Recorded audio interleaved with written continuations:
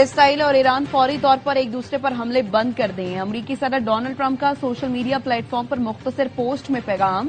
امریکی صدر نے اسرائیلی وزیراعظم سے ٹیلی فونک رابطے میں کہا تھا ایران کے خلاف کسی بھی یک طرفہ فوجی کارروائی میں امریکہ شریک نہیں ہوگا۔ اگر اسرائیل ایران کو نشانہ بنانے کا فیصلہ کرتا ہے تو امریکہ اس آپریشن کا حصہ نہیں بنے گا۔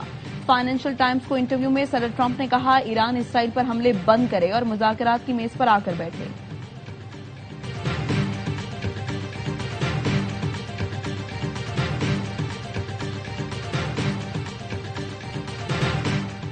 صدر ٹرمپ کے منع کرنے کے باوجود اسرائیل کے ایرانی پیٹرو کیمیکل پلانٹ پر حملہ۔ ایران نے بھی اسرائیلی پیٹرو کیمیکل پلانٹ پر میزائل داغ دیے۔ آپریشن نصر کے آغاز کا اعلان۔ اسرائیل نے تہران، کرج، تبریز اور اصفہان پر میزائل برسا دیے۔ ایران کے حملوں کے بعد بن گوریان ایئرپورٹ پر ایمرجنسی لگا دی گئی۔ پاسداران انقلاب کا کہنا ہے کہ اسرائیل نے تیل کی صنعتوں کو نشانہ بنا کر خطرناک کھیل شروع کیا جس کا دائرہ خطے کے تمام توانائی اہداف تک پھیل سکتا ہے۔ اسرائیلی حملوں کے بعد تہران اور کرمانشاہ ہوائی اڈوں سے تمام پروازیں منسوخ کر دی گئیں۔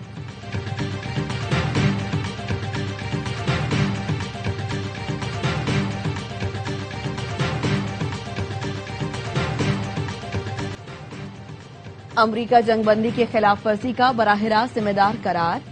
ایرانی وزارت خارجہ کے ترجمان اسماعیل بقائی کہتے ہیں اسرائیلی اقدامات کو امریکی پالیسیوں سے الگ نہیں کیا جا سکتا۔ جنگ بندی کی خلاف ورزیوں پر خاموش نہیں رہ سکتے۔ پاکستان کے ثالثی کردار کے ساتھ ہمیشہ واضح کیا لبنان جنگ بندی معاہدے کا لازمی حصہ ہے۔ صہیونی ریاست یا امریکہ کو معاہدے کے اس اہم حصے کو سبوتاژ کرنے کی اجازت نہیں دے سکتے۔ خطے کے پڑوسی ملکوں سے کوئی مسئلہ نہیں، افسوس ان ملکوں پر جنہوں نے ایران کے خلاف اپنی سرزمین استعمال کرنے دی۔ انتہائی بد اعتمادی کے ماحول میں امریکہ سے پیغامات کا تبادلہ کر رہے تھے۔ 24 گھنٹے کے دوران جو ہوا اس سے سفارتی عمل مزید مشکل ہو جائے گا۔ پاکستان کے وزیر اعظم کا پیغام رہبر انقلاب تک پہنچا دیا گیا ہے۔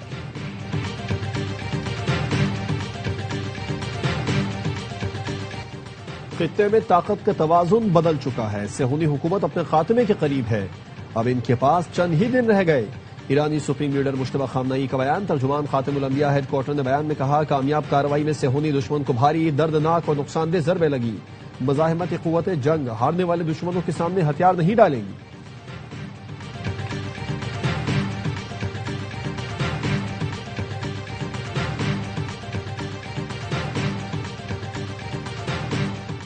ایران اور اسرائیل ایک دوسرے پر حملوں پر فکر مند ہیں۔ چینی وزارت خارجہ کے ترجمان کہتے ہیں مشرق وسطی میں جنگ بندی کا احترام کیا جائے، دوبارہ جنگ کا آغاز کسی کے مفاد میں نہیں۔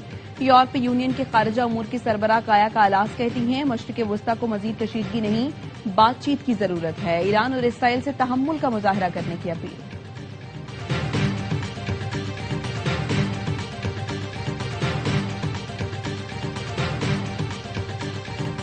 گلگت بلتستان انتخابات میں پیپلز پارٹی نے میدان مار لیا۔ 24 میں سے 20 حلقوں کے نتائج آ گئے۔ 7 غیر سرکاری اور 13 سرکاری نتائج کے مطابق پیپلز پارٹی 9 نشستوں پر کامیاب۔ مسلم لیگ نون 4، MWM 1 اور 6 پر آزاد امیدوار کامیاب ہوئے۔ چترال میں جیالوں کا جشن۔ چیئرمین پی پی نے ایکس پر لکھا گلگت بلتستان میں تیروں کی بارش۔ پیپلز پارٹی گلگت بلتستان میں واحد بڑی جماعت بن کر ابھر رہی ہے۔ گلگت بلتستان میں حکومت بنانے کی کوشش کریں گے، عوام کے اعتماد پر ان کا شکر گزار ہوں۔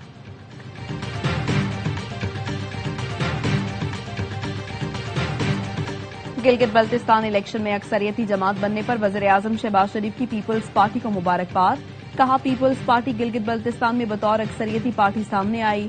صدر آصف زرداری اور بلاول بھٹو کو مبارکباد پیش کرتے ہیں۔ نون لیگ کے کامیاب امیدواروں کو مبارکباد پیش کرتا ہوں جنہوں نے اچھا مقابلہ کیا۔ الیکشن کمیشن نے شفاف اور غیر جانبدار الیکشن یقینی بنایا جو قابل ستائش ہے۔ وزیر اعظم شہباز شریف کی گلگت بلتستان میں شفاف اور پرامن الیکشن کے انعقاد پر عوام کو مبارکباد۔